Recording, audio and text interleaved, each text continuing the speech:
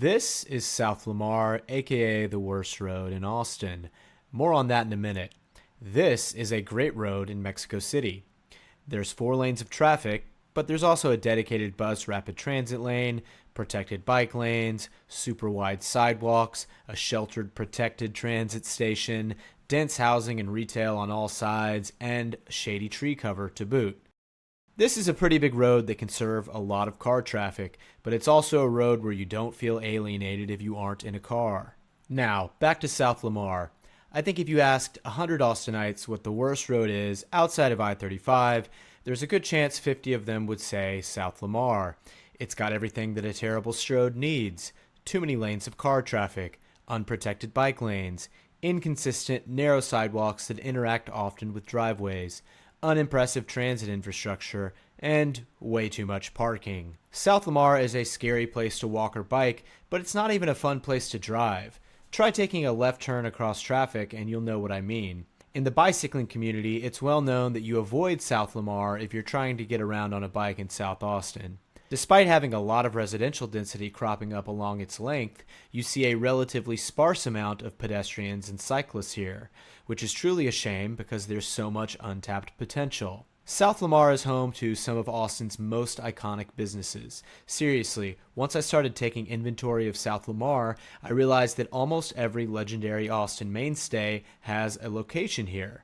Hell, Dua Lipa came here to dance when she was in town. There's lots of new, nice apartment buildings, and there's glimpses of good urbanism here and there, like the mixed-use complex around the Alamo Drafthouse. It's not rare to see this place packed with people enjoying a movie, grabbing food, getting ice cream. There's protected bike lanes and mixed-use paths that stretch for a block then stop.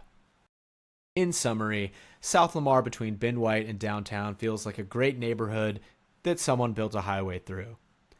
Honestly, if you took away even just 1 lane of traffic on South Lamar, expanded the sidewalks, and planted trees along its length, that alone would be a major step towards improving the situation here. South First and South Congress, the 2 South Austin sister roads that run parallel to South Lamar, aren't much better. South First is 1 less lane for most of its length, but it doesn't really feel all that much better to walk or bike around. South Congress is better, with wider sidewalks and the site of a future light rail station, but the unprotected bike lane doesn't really inspire confidence in me personally. It's a testament to how awesome Austin is that a fair number of people do still try to navigate some of these tougher for pedestrian areas without a car, and I think that's great, but how much better could it be? In my experience, people often either have to do a fair amount of research on how to get around South Austin without a car, researching back roads that are safe to use a bike on, for example, or more commonly, they just choose to use a vehicle, even when nearby destinations are conceivably within walking, biking, or transiting distance. To me, this is a tragedy. And it's a crying shame because as soon as you get to Riverside Drive, the situation gets a lot better. You've got some of the best pedestrian infrastructure and parks in the city leading into downtown, which is itself a great place for folks not in a car.